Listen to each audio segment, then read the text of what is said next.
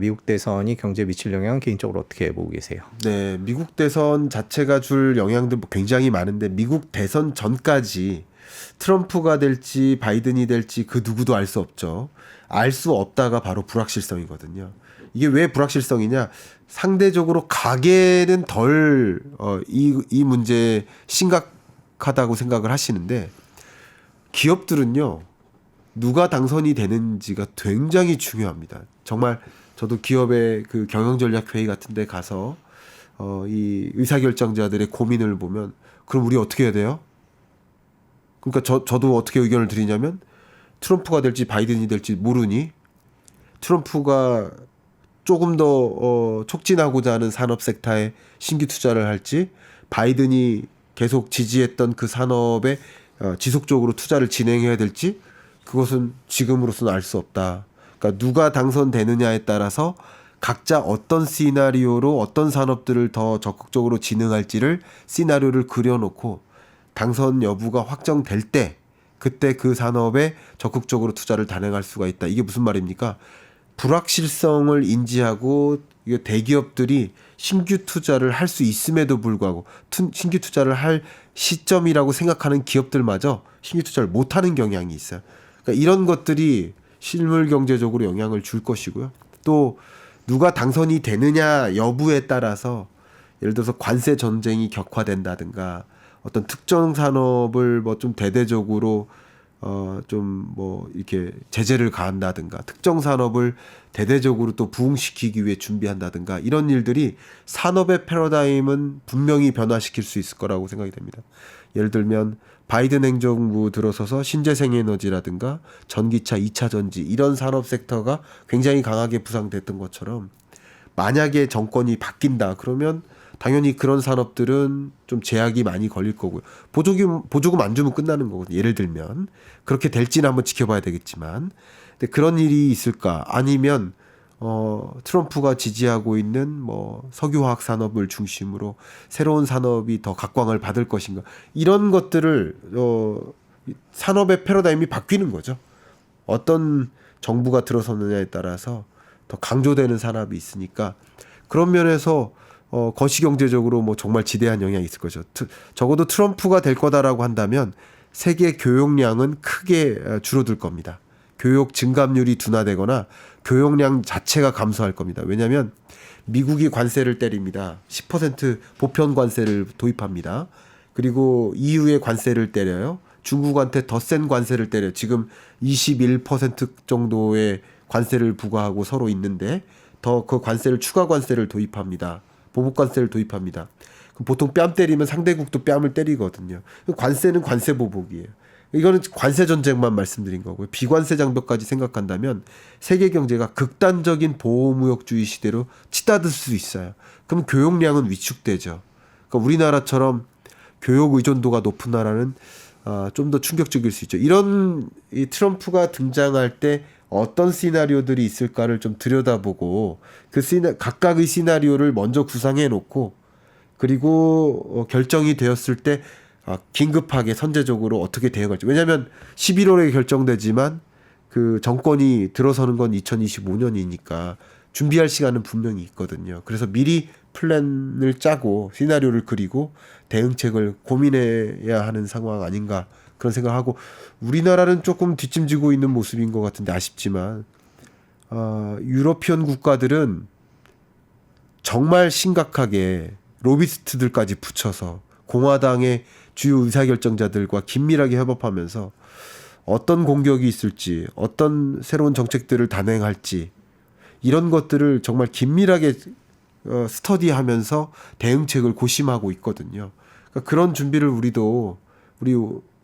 다 워싱턴 가면 우리나라 로비스트들도 있고 일본 로비스트들도 있는데 그 로비스트들과의 협업을 통해서라도 로비 역량이 좀 떨어진다면 다른 국가들의 로비스트들과의 협업을 통해서라도 어떤 방식으로라도 그 제2 정권 소위 바이든 2기 아니면 트럼프 뭐 47대 대통령이 되는 그런 어떤 시나리오를 그렸을 때 어떻게 대응할지를 지금 고민해야 될 상황 아닌가 생각합니다. 트럼프 대통령 같은 경우는 미국을 이제 가장 세계에서 에너지 가격 그다음에 전력 요금이 가장 저렴한 나라로 만들겠다라는 게 트럼프 대통령의 이미 발표한 이제 아젠다 47이라는 공약 리스트에 올라와 있어요. 네. 그러니까 어떤 수단을 쓰든지 미국의 산업 경쟁력을 강화시키려면 미국 입장에서 봤을 때는 핵심적인 게 에너지 가격, 낮은 에너지 가격이 핵심이다. 그걸 위해서는 뭐 화석 연료 당연한 거고, 그다음에 원자력 당연히 써야 되는 거고, 그렇다고 해서 트럼프가 재생에너지는 절대 안 하겠다 이런 사람은 또 아니에요. 네. 지역에 따라서 그게 제일 싼 것도 있으니까 뭐가 됐든지 간에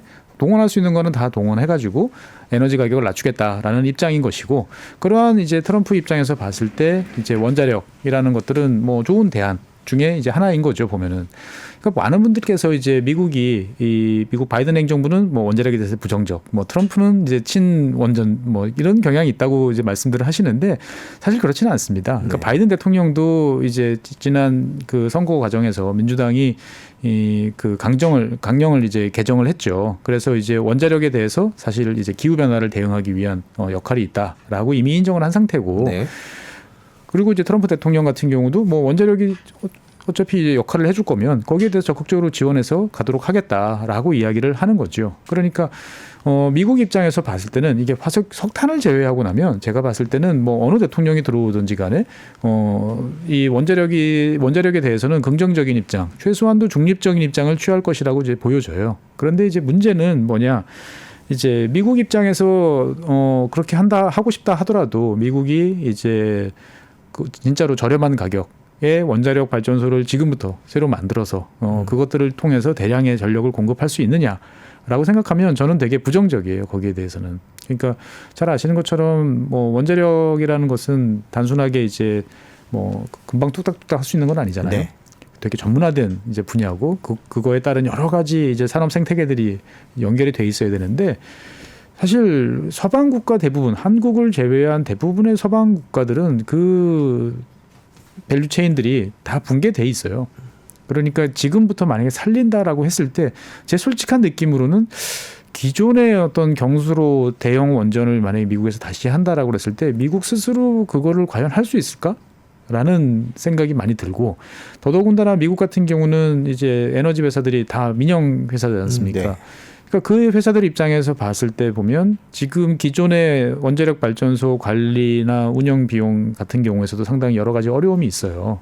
그런데 신규 투자를 해서 이거를 통해 가지고 뭔가를 내가 이익을 볼 수 있을까라고 생각해 보면 일부는 있을 수 있겠지만 우리가 생각했던 것처럼 뭐 정부에서 밀어준다고 그래가지고 대규모 이제 원자력 붐이 미국 내에서 막 여기저기서 쓸 것 같지는 않아요. 그러니까 제가 생각했을 때는 일부 지역에서 이제 몇 개의 원자력 발전소들이 등장할 것 같고요.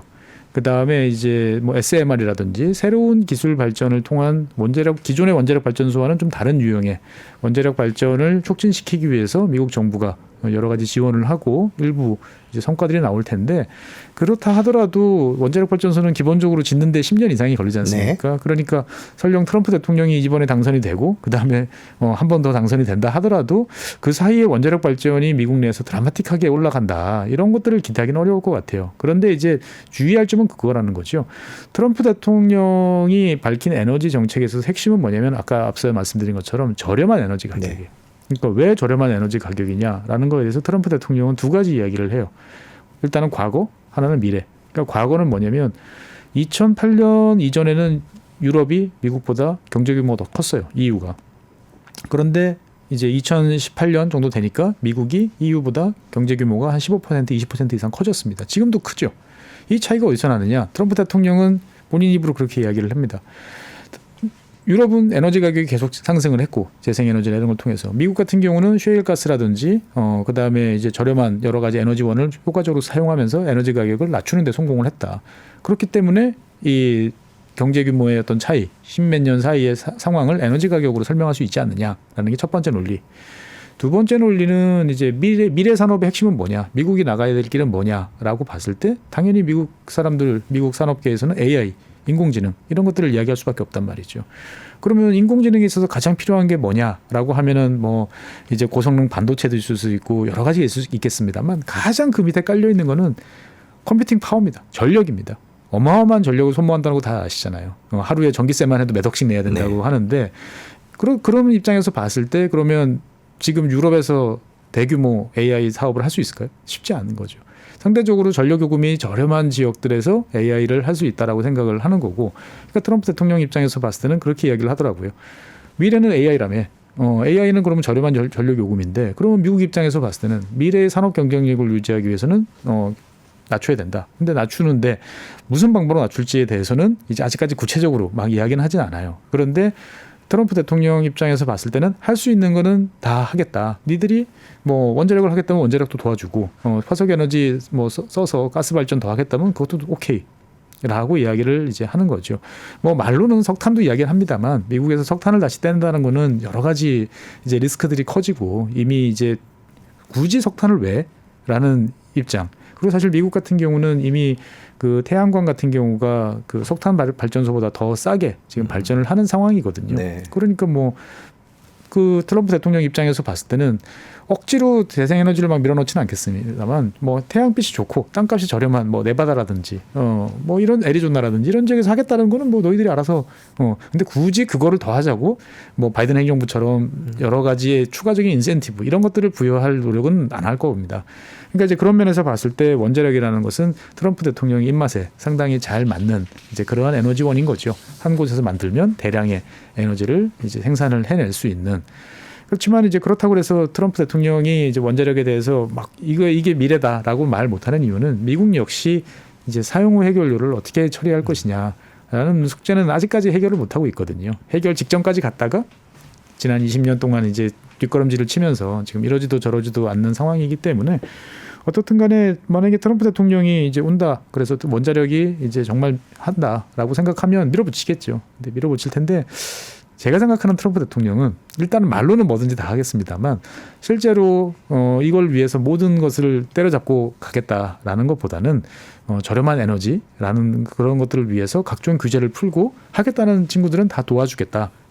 그러니까 억지로 무엇을 키우지는 않겠다라는 거고, 그런 면에서 원자력은 아마 트럼프 대통령이 생각하는 원자력은 기존의 원자력보다는 이제 새로운 SMR이라든지 다른 형태, 뭐 핵융합이라든지 이런 쪽으로 넘어갈 가능성이 크지 않을까, 저는 그렇게 생각합니다. 전기 생산할 때 비중은 이제 제일 큰 것이 이 가스입니다. 가스가 한 40% 이제 가까이 되고, 그다음에 석탄이 지금 한 15%에서 20% 정도 되고, 그다음에 이제 재생에너지 비중이 생각보다 높습니다. 뭐 풍력이라든지 태양광 같은 경우가 높고, 원자력은 아마 10% 내외 정도로 이제 알고 있어요. 그러니까 사실 이제 우리가 미국 사람들은 재생에너지 별로 안 좋아해, 뭐 이제 이렇게들 생각하시는 분도 많은데, 미국 사람들도 다 똑같은 사람이에요. 싸고 저렴하고 안정적으로 쓸 수 있으면 그거를 선택 안 할 이유가 없습니다. 우리가 보통 텍사스 그러면은 제일 오른쪽에 있고, 어떻게 보면은 레프트 좌파들 되게 싫어하고 재생에너지 이런 거 되게 거부하고 이럴 거라고 생각하지만, 태양광 패널 깔아놓고 그 위에 풍력 발전기 돌리면 바람 잘 불고 햇빛 잘 내려쬐는 동네예요. 그러면 그렇게 하면은 나는 전기요금을 한 푼도 안 내고 내 집에서 쓸 수 있고, 내 조그마한 사업장에서 돌리는데 아무 문제가 없는데 그거 왜 안 씁니까? 보면은 하는 거죠.